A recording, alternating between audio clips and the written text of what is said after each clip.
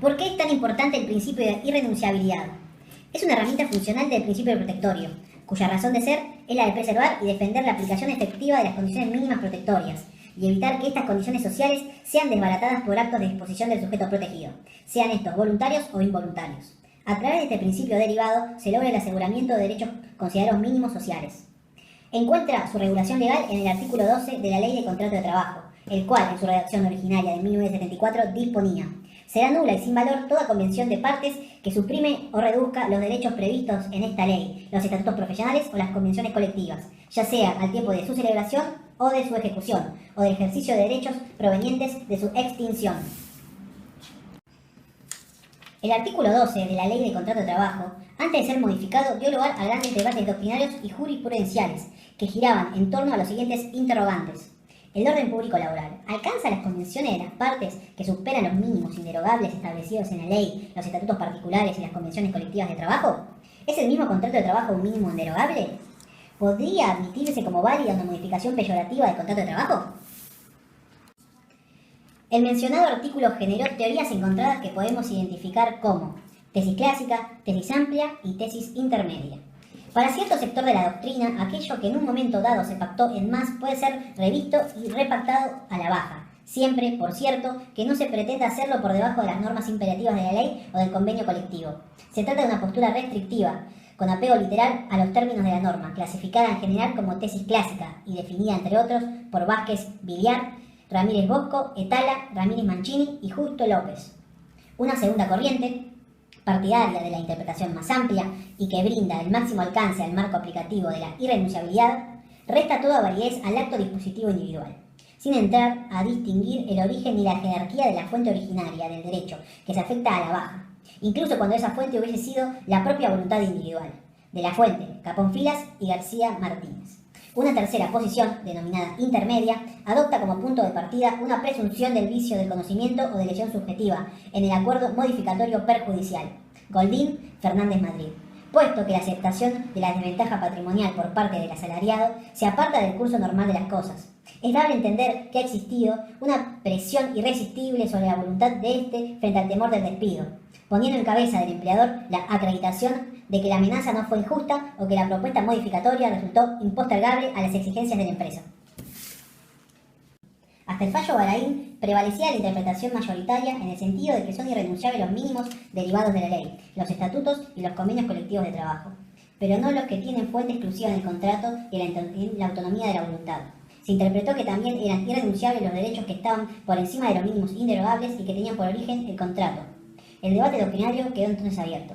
Cobró nuevos impulsos luego que la Corte Suprema declarase nula aquella decisión sin expedirse sobre el fondo de la cuestión y fuera finalmente resuelto por la Sala 7, que acogió los postulados de la teoría clásica validando el acto de renuncia. En el caso Velasco, se aplicó la doctrina amplia y se le adicionan nuevas consecuencias a la nulidad del acto de renuncia. Se consideró nulo de nulidad absoluta el acuerdo novatorio por violar el principio de irrenunciabilidad a la rebaja de categoría y salario, sin beneficio alguno. Dicha rebaja también dio las prohibiciones impuestas por el artículo 66 del contrato de trabajo. En los autos Prinetti se adhirió a la posición intermedia, es decir, el consentimiento debe ser expresado con discernimiento, intención y libertad. El deterioro económico general hace presumir viciada la voluntad. Se trasladó al empleador la carga de la prueba y al fracasar en el intento se consideró que el acuerdo no era válido. ¿Cómo se resolvió la cuestión? La reforma introducida por la Ley 26.574 en el artículo 12 pone fin al debate interpretativo y, a partir de su vigencia, es indudable que los derechos del dependiente incorporados al contrato de trabajo como fuente normativa integran el orden público laboral. Las cláusulas del contrato resultan, por consiguiente, imperativas, es decir, se imponen a la voluntad de las partes, irrenunciables o indisponibles para el trabajador, y resultan inderogables por acuerdo o convención de partes. ¿Qué efectos tiene sobre las relaciones individuales del trabajo el texto reformado del artículo 12 de la Ley de Contrato de Trabajo? Etala considera que, a partir de la modificación legislativa, el contenido del contrato individual del trabajo, aunque supere los beneficios otorgados por la ley, los estatutos profesionales o las comisiones colectivas de trabajo, resulta inmodificable para el futuro, unilateralmente o por acuerdo de partes, salvo en un sentido favorable para el trabajador. A su vez, para Fernández Madrid, el artículo 12 de la Ley del Contrato de Trabajo, en su versión anterior, declaraba nula y sin valor toda convención de partes que suprimiera o redujera los derechos previstos en esa ley, los estatutos profesionales y las convenciones colectivas. En su versión actual incluyó en el mismo rango que la ley, los estatutos profesionales y las convenciones colectivas a los contratos individuales de trabajo. Esta disposición forma parte de un núcleo de normas relativas a la irrenunciabilidad junto a los artículos 13, 15, 58 y 131, entre otros, que deben ser interpretados armónicamente, evitando que se anulen entre sí. Derecho comparado. A modo informativo reseñaremos las soluciones que consagran las legislaciones de países latinoamericanos sobre irrenunciabilidad. En Chile, el Código de Trabajo dispone en su artículo 5 que los derechos establecidos por las leyes laborales son irrenunciables, mientras subsista el contrato de trabajo. Los contratos individuales y colectivos de trabajo podrán ser modificados por mutuo consentimiento en aquellas materias en que las partes hayan podido convenir libremente. El Código de Trabajo de la República de Haití indica en su artículo 6 que ningún trabajador puede renunciar a los beneficios que le son reconocidos a la Constitución y por la ley.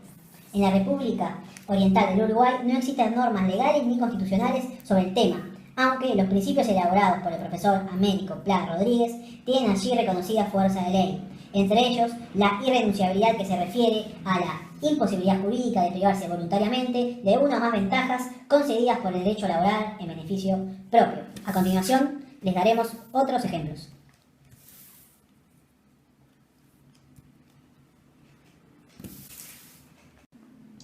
Conclusión. Hemos adelantado que la reforma introducida por la Ley 26.574 al texto del artículo 12 de la Ley del Contrato de Trabajo pone fin al debate interpretativo y, a partir de su vigencia, es indudable que ningún derecho del dependiente incorporado al contrato de trabajo por cualquier fuente jurídica resultará renunciable.